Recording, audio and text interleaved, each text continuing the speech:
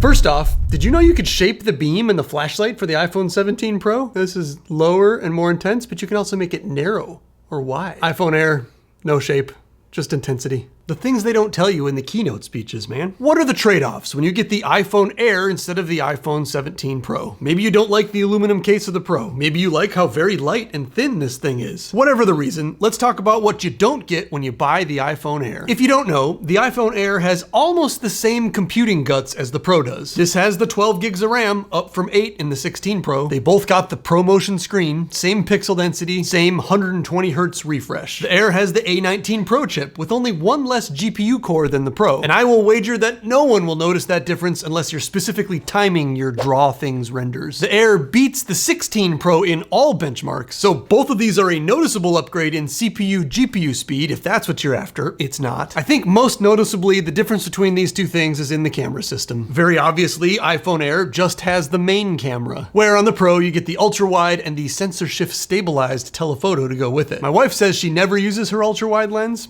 I do. I took a little trip out to Disney World to pretend I'm on vacation and take a bunch of pictures to compare these cameras. And really quick, just because I believe that credibility is important when giving out a bunch of technical information, I'm a professional photographer. I used to shoot for IMSA, which is those prototype spaceship race cars that do the big Rolex Cup events in Daytona and wherever else. And I've even got a couple of photographs in a museum from some work I did covering the demonstrations during COVID. This man was about to throw a tear gas grenade right at me. Totally worth it. So if I say some photography words that don't make sense to you, by all means, say something in the comments. I love explaining this stuff. Starting with the main cameras. We know the 1X camera isn't exactly the same on the Air. Here are the specs from Apple's website. The aperture is slightly different, the focal length is slightly different, and I won't spend too much time on the overly technical jargon because I'm not a nerd. Just kidding, I am. But you'll click away if I go too deep. The 17 Pro has a physically larger sensor, which gathers more light. However, the 17 Air has a larger aperture, which gathers more light. And both are doing heavy computational work every time you take a picture, which seems to kind of make it wash out, and the pictures from these look about equal. 24 millimeters versus 26 millimeters, hardly noticeable in the real world unless you're putting pictures up side by side and really pixel peeping. That's the framing difference of stepping backwards like 1.5 feet in a picture like this one. These phones are both taking the same size of picture, the same resolution, so they can both go into 48 megapixels, 8,000 by 6,000 pixels. And honestly, these pictures are,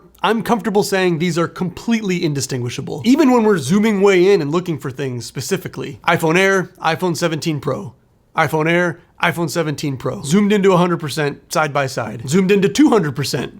This is the same photo. Neither of them have noticeably sharper anything, more colorful anything. They're the same. And these lenses are fast enough, and the sensors in here are finally getting large enough to where you can get actual bokeh in exactly the right conditions. This is not the portrait mode causing Spaceship Earth in the background to be all fuzzy. If you're like a food reviewer, these two cameras, here's one from the Air, it's just as good. You can actually take really attractive pictures of small things. Next, I have a terrible example of a good picture, but a good example of what the lens is doing. Pay attention to the background of this photo of a delicious Mexican street corn dumpling at Gyoza's of the Galaxy. Here's a similar photo, but taken through the ultra-wide lens. The iPhone 17 Pro does a slightly annoying thing where if you get too close to a thing, it'll snap into macro mode, which, yes, you can focus closer, which is important in some situations, but a lot of times it'll do it too early and when I don't want it to, and it'll make a shot like this look unnecessarily ugly. Instead of what I intended, which was this, oh, such pleasing. Shot on iPhone 17 Pro, shot on iPhone Air. Again, so super similar. Here is an unbirthday cupcake. Same story. iPhone 17 Pro, iPhone 17 Air. Other than my failed attempt to frame them the same way, these results are effectively equal. Neither being brighter or sharper or having better separation from the background, but importantly, both having separation from the background. Something iPhone cameras didn't used to be able to do without using portrait mode, which is pretty much your phone auto-sensing the thing you want to be in focus and then doing some quick behind the scenes Photoshop work for you to cut out your subject and make the background blurry. In these cases, the background is naturally blurred out a bit just from physics and the physical size of the sensor and wider aperture. Looking at this Mickey pumpkin wreath, this was the only example where the colors were oh so slightly different, but since these cameras are basically on auto everything all the time, I'm positive this was just a little shift in the scene recognition. On the info overlay, you can see that this one's shot at 1/3000 shutter speed, this one's at 1/2300, ISO 64 versus ISO 40. They're both really bright and clear and colorful and good looking. Anyway, what I'm trying to say here is that the main camera on the iPhone 17 Pro, which is the only camera on the Air model, these cameras cameras are essentially the same. Even though they're technically not the same, the way most of you will mostly use them, they do the same job. Oh, and here's a stability comparison, because the 17 Pro does have Apple's second generation of sensor shift stabilization. It's just that the first generation was already so wildly effective. So at least when it comes to walking and talking shots, who even knows which camera took which one of these shots? So that's where these things are the same. So now let's talk about what you're leaving on the table when you choose this little fella. My wife says she literally never uses her ultra wide camera. I think I already said that. She has the iPhone 16 Pro, so it has these same 3 lenses.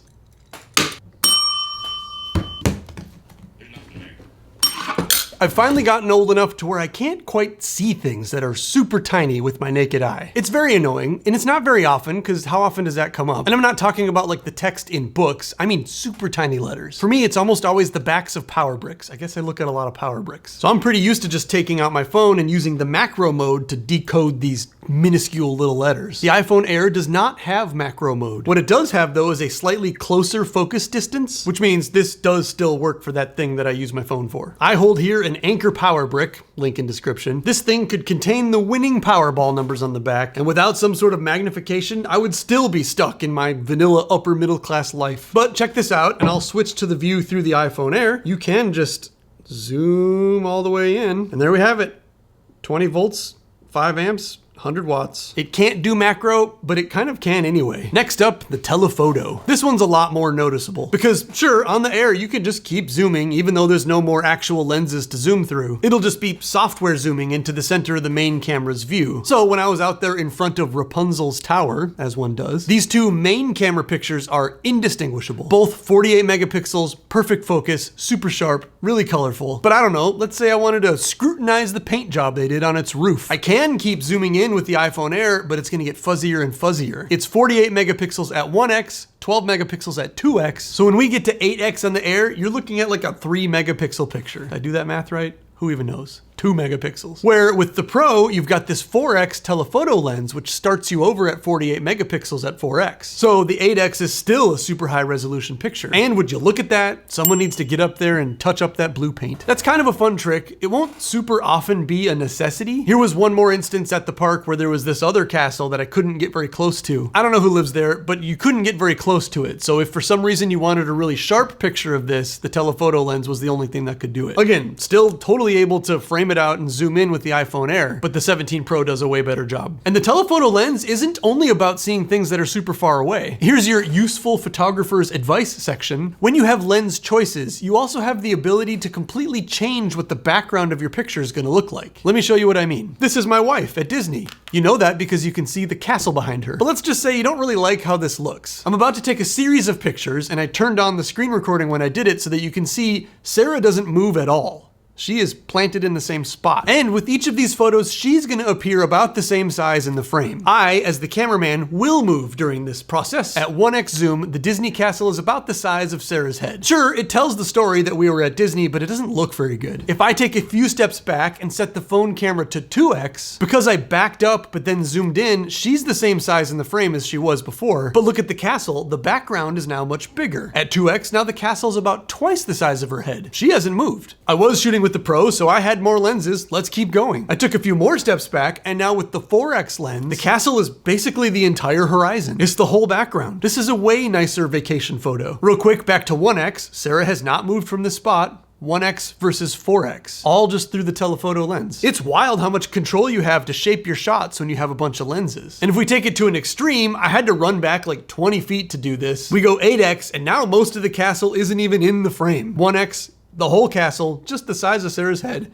8x, whole background is the castle. So this trick is super helpful if you have no choice but to be physically super far away from some monument or thing that you want a good vacation picture that shows you were there. We did it again at Epcot, and we were extremely far away from the Spaceship Earth ride, the Epcot ball. Same story, it's just this tiny thing in the background for the ultra wide, the 0.5x lens. But as I back up and zoom in, I can keep Sarah about the same size in the frame and just keep zooming the background forward to where eventually the ball takes up the entire background. And you don't need the telephoto lens to do this. I did it again with the iPhone Air to show that this trick still works, just with software zoom. It's just that the further you zoom beyond 2x, the more and more you're getting less native resolution, so your pictures are gonna come out less sharp. Which again, Most of the time, who cares? These are pictures that you might share on your phone or on Instagram or whatever. You're probably not printing these out into poster-sized things. One more photography trick you can do with the telephoto lens that you can't do without it is to make crowds look really dense. Notice how, again, I'm standing in the same spot. I'm not moving. And yes, there are lots of people, but it's kind of sparse right around me. So when I go into the furthest zoom setting, man, this same group of people looks like a mob. Photographers will use this phenomenon called background compression all the time to make a crowd look super dense or super sparse based on what story you're trying to tell. There's a dirty little secret. The next difference, slow motion. For this one, I'm actually a bit confused. I don't know why Apple left it out of the iPhone Air, but you cannot record 4K video at 120 frames per second with this phone. You can only record 120 or 240 frames per second at 1080p. So just a lower resolution. Did a quick side-by-side of the difference between that, and I think even if you're not watching this back in 4K, you'll be able to tell the slow motion video from the iPhone Pro is quite a bit cleaner. The 1080 slow-mo from the Air just gets compressed pretty hard. And these phones have the same processor. This has the same media engines which make it possible to do. This phone is capable of doing this in 4K. This is one of those intentional product lineup limitations that I think is kind of rude to have left out. It would heat up pretty fast if you tried to shoot a long video in 4K 120, but so did the 16 Pro. The front-facing camera on these two actually is the same camera. Same sensor, same processor, it's the same. So these two pictures actually are the same picture, just a different moment in time. Time. The most valuable resource any of us have. Next up is a rather obvious one if you hold these two things side by side. This chubby boy has a lot more stored energy, not unlike me. The iPhone Pro's computer and cameras, everything that makes it work fits just up in this little plateau area, which means everything else is battery and a USB-C slot and some speakers. With the Air, the whole thing actually doesn't fit up into here. They made this thinner. So the computer part of this phone doesn't actually fit in their plateau. So not everything down here is battery. Not to mention it's half as thick.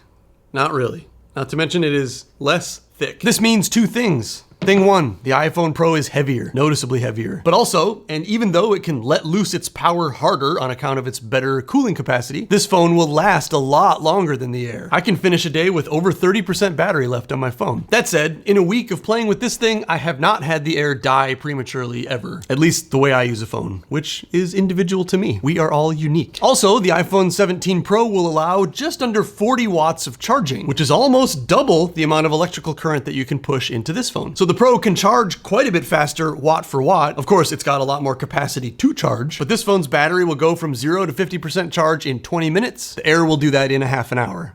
Both are pretty fast. The iPhone Air has no LiDAR module. That's the little laser beams that fire out of this little black circle on the iPhone 17 to create a precise map, a precise 3D map of this thing's surroundings. It'll also use it for portrait mode and cinematic mode. It's like measuring how far away I am versus how far the background is. And it can use these laser beams to get a really accurate focus even in really low light. The iPhone Air will still do portrait mode for pictures just by guessing what the background is and what the person is with its machine learning, but it won't do cinematic mode, which I still think is about 2 iterations away from being really good. It's good, but I'm confident Apple will end up with a version of this where you can't tell I'm shooting this on the phone and not my big camera. iPhone 17 Pro will let you do cinematic mode even on the front camera, which obviously has no LiDAR. The Air just doesn't have it as an option. Another thing where it technically should be capable. It's got the same front camera, same everything else in the front there, but they turn it off. It also makes my hair look extra gray. I don't know what's going on there. Transfer speed through the USB-C port was, to me, the most shocking spec out of the whole sheet. And I know people who buy the Air will not need this, and so it's fine, but the component in there can't be more than a couple bucks. Surely there's some reason behind this, but the data speed on the USB-C port on the iPhone Air is 480 megabits per second. That's 60 megabytes per second. Where on the iPhone 17 Pro, you can transfer things over 20 times faster at 10 gigabits per second. A big reason that's important on the iPhone 17 Pro and not really on the Air is that the Pro model can shoot video in ProRes RAW. And to do that, you can connect an external SSD straight to the bottom of the phone because every minute of ProRes RAW uses like 15 gigabytes of space. Strangely, the iPhone Air can't shoot RAW images either and cannot shoot in the Pro video formats. Therefore, it's not necessary that you can transfer so much data so fast into an external drive out of the USB-C. But if all of those words have no specific meaning to you, then that setting's not important anyway. If you are a photographer and shooting RAW is important to you, it is to me, then your choice is easy. Clearly, you have to get the Pro phone. For me, it's the iPhone 17 Pro. I guess I'm an outlier somewhat in this, but I don't even like the titanium edges on this phone. It's just riddled with fingerprints basically immediately after you start holding it. And I'm not putting a case on either of these. Are you kidding me? Bare phone for life over here. It's just so luxurious to hold a bare phone. I like the extra lenses. I like the extra battery. I like the heat mitigation. I'm gonna give this one back. I think I've covered all the differences here, at least to some degree. This video got a lot longer than I intended to make it, so I'm gonna stop now. My new M5 MacBook Pro comes in like 2 days, so I need my schedule cleared so I can compare that thing to everything. Goodbye.